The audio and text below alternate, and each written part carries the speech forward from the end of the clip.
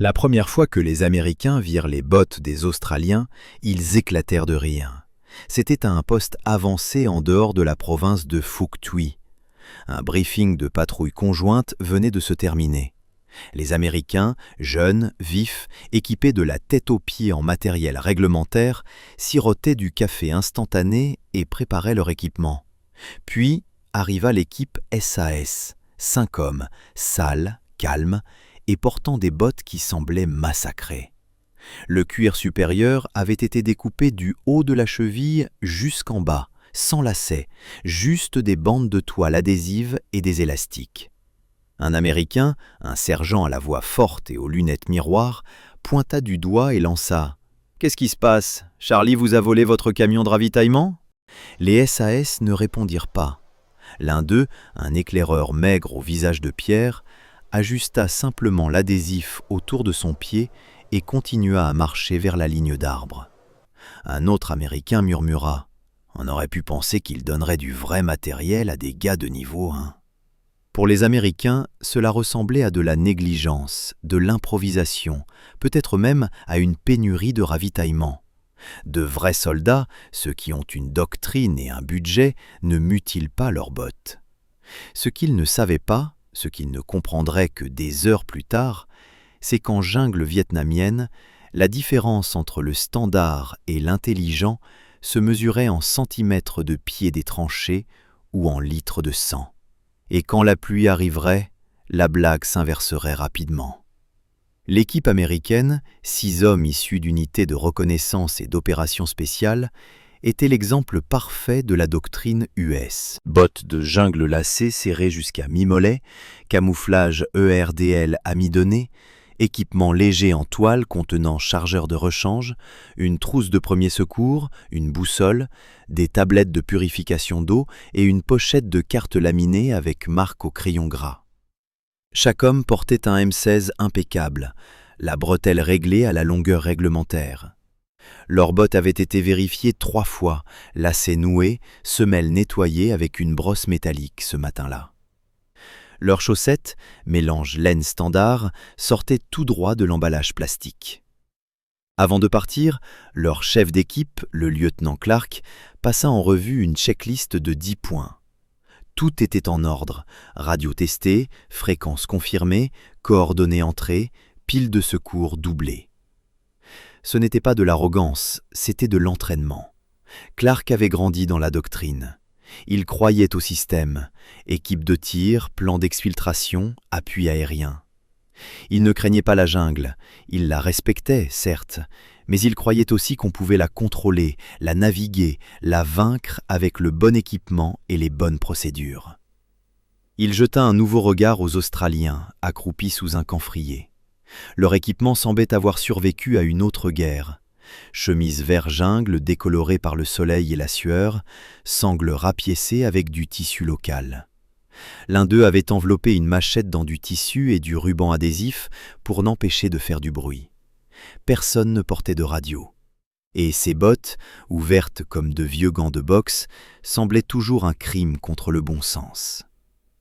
Clark se pencha vers son opérateur radio et murmura « Ils vont perdre leurs pieds avant la nuit ».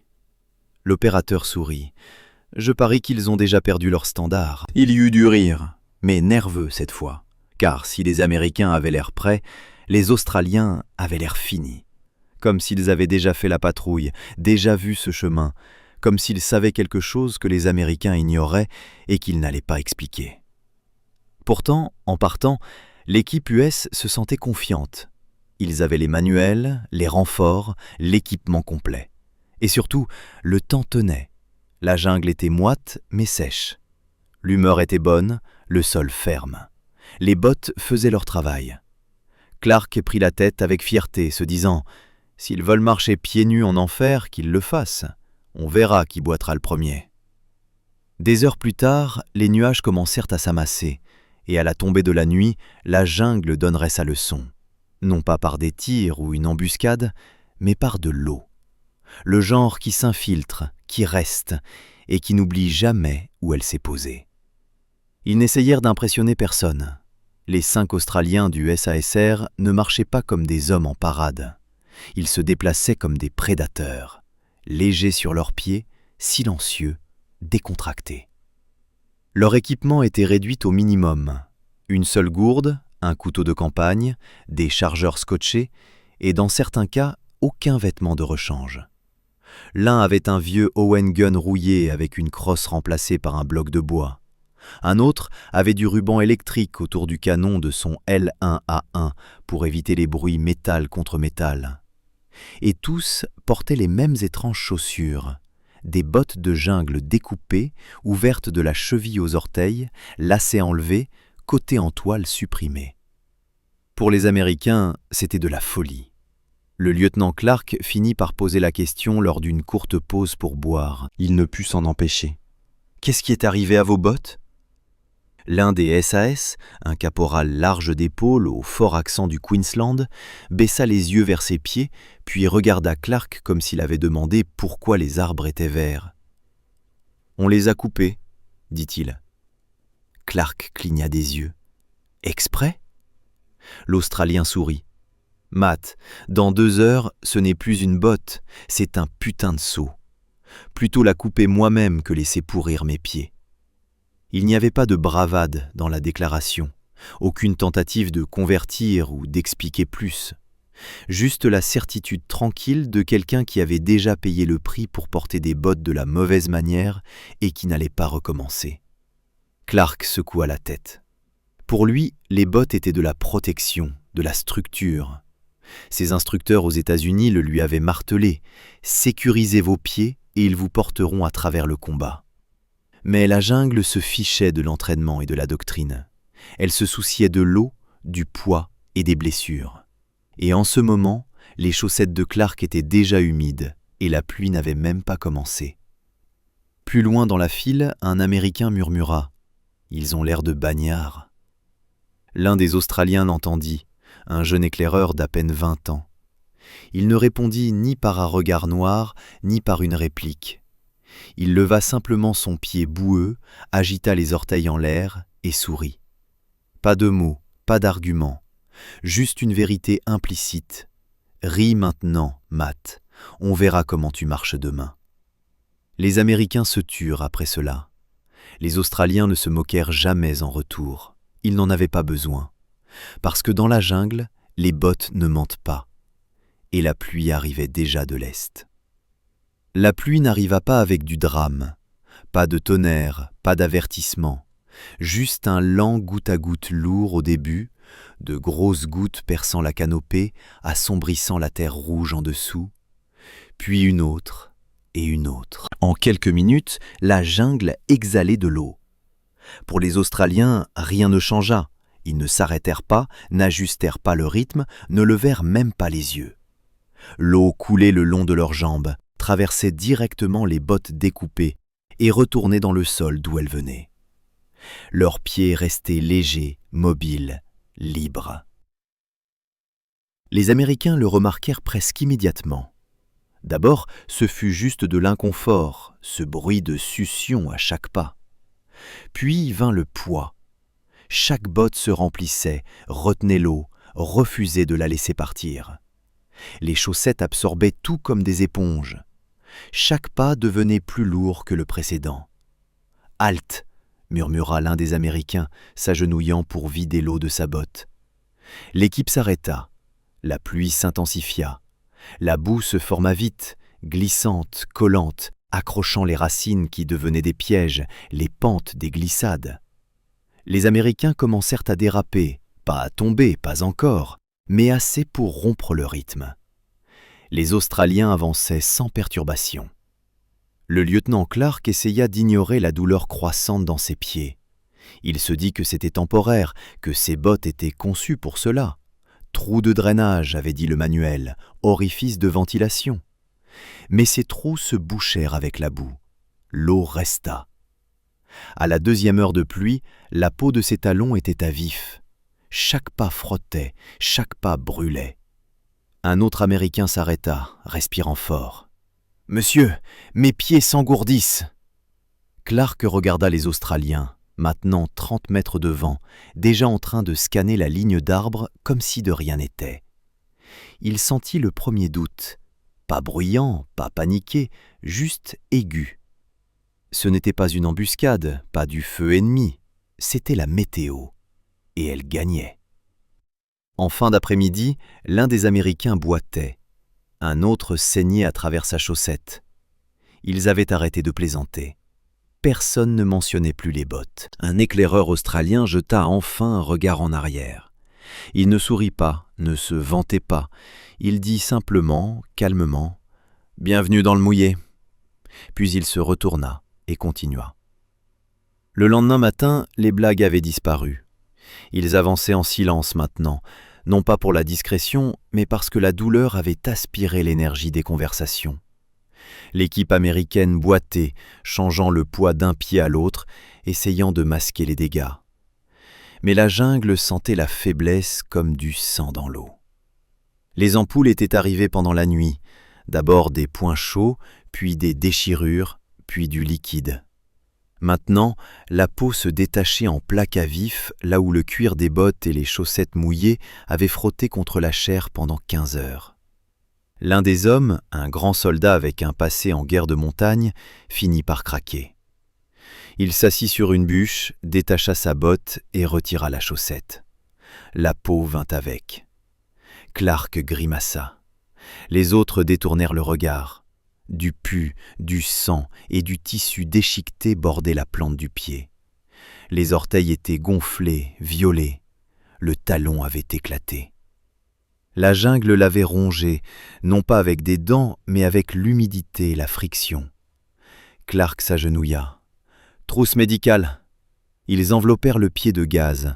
Elle fut trempée en moins d'1 minute. La patrouille s'arrêta. Les Américains luttaient visiblement. L'équipement qui paraissait autrefois impeccable pendait maintenant. Leurs bottes, autrefois symboles de structure et de fierté, clapotèrent à chaque pas comme des pains trempés. Les Australiens n'avaient pas arrêté de bouger.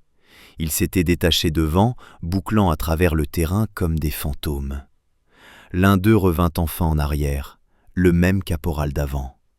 Il s'accroupit près de l'homme blessé, jeta un œil aux pieds et hocha simplement la tête. Puis il se leva, fouilla dans sa pochette de ceinture et en sortit un petit morceau de lame de scie à métaux, aiguisé, noirci par la suie, usé par l'utilisation.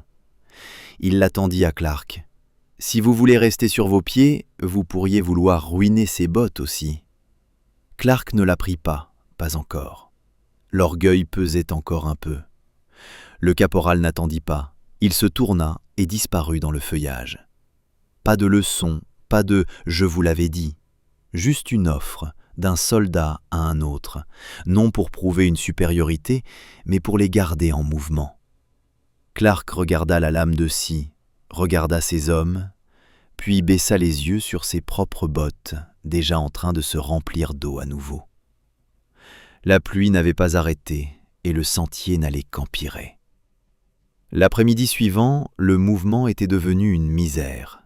Les Américains boitaient à travers la jungle maintenant, chaque pas en dispute avec la douleur. Les ampoules s'étaient ouvertes, le sang avait trempé les chaussettes. Les bottes qui brillaient autrefois de cirage étaient maintenant des pièges de cuir gonflés retenant l'eau, la chaleur et la pourriture. Personne ne riait plus, personne ne parlait. Les Australiens ne dirent pas « je vous l'avais dit ». Ils n'en avaient pas besoin. Ils continuaient à marcher, réguliers, délibérés, silencieux.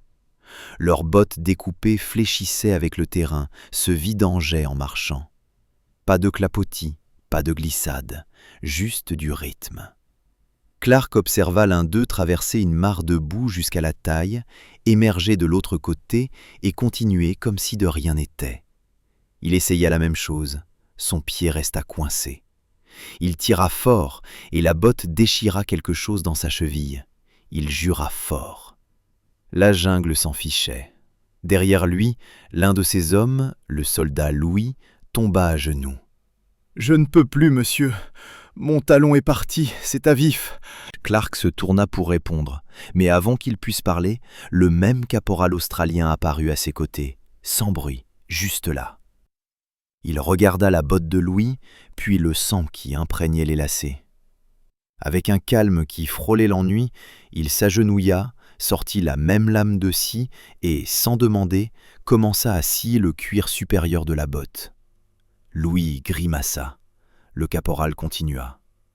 Quand il eut fini, la moitié supérieure de la botte pendait comme une peau écorchée. Le pied pouvait respirer maintenant. L'eau coulait. Il hocha la tête une fois, puis repartit. Pas de leçon, pas de sourire, pas de jugement.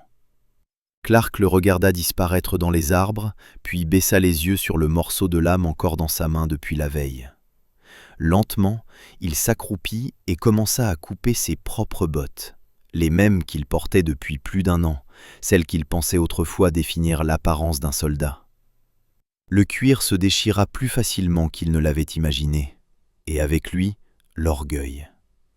Ils marchèrent le reste du sentier en silence, non pas en défaite, mais en ajustement. Pas à pas, ils apprirent à couler au lieu de combattre. Leurs pieds saignaient moins, leur équilibre revint. Ils arrêtèrent d'essayer de corriger la jungle, ils se contentèrent d'avancer. À l'arrière de la file, Louis murmura. Il savait tout ça dès le premier jour.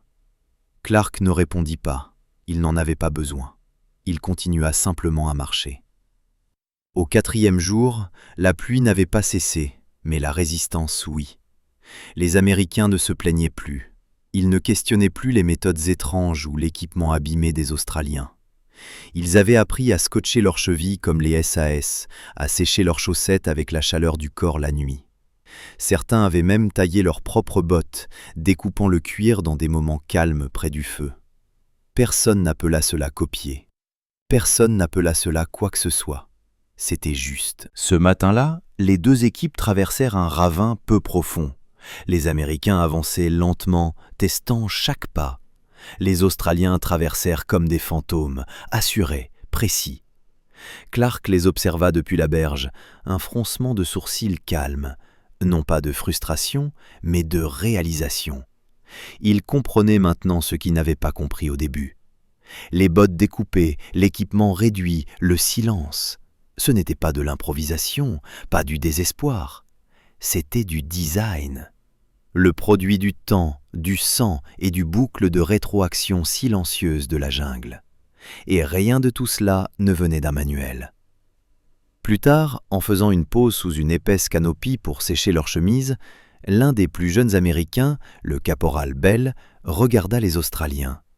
Il n'avait pas beaucoup parlé depuis le début de la pluie, mais maintenant, avec la moitié de son pied enveloppé de gaz et ses bottes presque méconnaissables, il murmura « Ils savaient tout ça dès le premier jour ». Personne ne répondit. Il n'en avait pas besoin. L'un des Australiens, le même éclaireur qui avait souri des jours plus tôt à la remarque sur les bagnards, croisa son regard. Il ne sourit pas cette fois. Il hocha simplement la tête une fois, respectueusement, comme pour dire « Maintenant tu comprends ». Bell hocha la tête en retour. Les Américains ne demandèrent pas d'aide, et les Australiens n'offrirent pas de conseils. Mais à cet instant, les deux équipes se comprirent d'une manière qu'aucun briefing n'aurait pu permettre. Ils n'étaient pas les mêmes, ni en doctrine, ni en culture, ni en style. Mais ils connaissaient tous la douleur, la sueur et ce que signifiait marcher avec du sang dans ses bottes et continuer quand même. Et cela suffisait. En repartant, la jungle avala leurs traces derrière eux. Pas d'empreinte, pas de voix, juste du mouvement, maigre, silencieux, et appris. Les Américains étaient encore plus lents, moins efficaces, mais maintenant, ils écoutaient, observaient, s'ajustaient. Et les Australiens continuaient à marcher, même rythme, même silence. Ils n'avaient jamais essayé de prouver quoi que ce soit. Ils avaient simplement mieux survécu. À leur retour à la base avancée, ce n'était qu'un jour de plus dans la guerre. Un Huey décollait au loin, une cantine heurtait un poteau métallique quelque part. Un nouveau groupe de recrues fraîches déchargeait des caisses d'équipement, sèches, brillantes, propres. La patrouille était terminée. L'équipe de Clark descendit du sentier calmement, couvert de boue, empoulé et changé. Personne ne dit grand-chose. Un officier logistique passa et baissa les yeux sur leurs pieds. « Qu'est-ce qui est arrivé à vos bottes, bon sang ?» Clark ne répondit pas. Il n'en avait pas besoin. Derrière lui, Louis avança en boitant, une botte découpée presque jusqu'à la semelle, tenue par du scotch, du sang et de l'humilité. Il ne tressaillit pas à la question. Il murmura simplement « On les a rendus meilleurs ?» L'équipe SAS ne fit pas d'adieu. Ils hochèrent simplement la tête, passèrent à travers les barbelés et disparurent dans les arbres d'où ils venaient. Pas de poignée de main, pas de rapport, pas de cérémonie. Clark les regarda partir, ces étranges hommes en haillons qui lui avaient enseigné plus en 4 jours que 12 manuels de terrain. Plus tard cette nuit-là, dans son abri, Clark s'assit sur son lit de camp, bottes enlevées, pieds enveloppés de gaz. Il fouilla dans son sac et en sortit la petite lame de scie que le caporal australien lui avait donnée. Elle était toujours là, émoussée maintenant, légèrement rouillée, mais réelle. Il la posa sur la table à côté de son arme de poing. Puis, lentement, il ouvrit son formulaire de rapport de patrouille. Il fixa la section intitulée « Recommandations pour l'amélioration de l'équipement ». Il écrivit « Recommander la délivrance aux équipes de terrain d'outils à lame pour modification des bottes en opération humide prolongée. Drainage sur le terrain essentiel. » Les forces australiennes démontrent une technique adaptative supérieure. Il marqua une pause, puis dans la section « Remarques », il ajouta une dernière ligne. « Laissez les nouveaux rire, la pluie leur apprendra. » C'était tout. Il referma le dossier et éteignit la lumière. Dehors, la jungle bourdonnait, tout aussi mouillée, tout aussi impitoyable, tout aussi patiente. Et quelque part dans l'obscurité, 5 Australiens marchaient déjà à nouveau, légers, silencieux, indifférents au grade ou au standard. Leurs bottes découpées, leur chemin clair.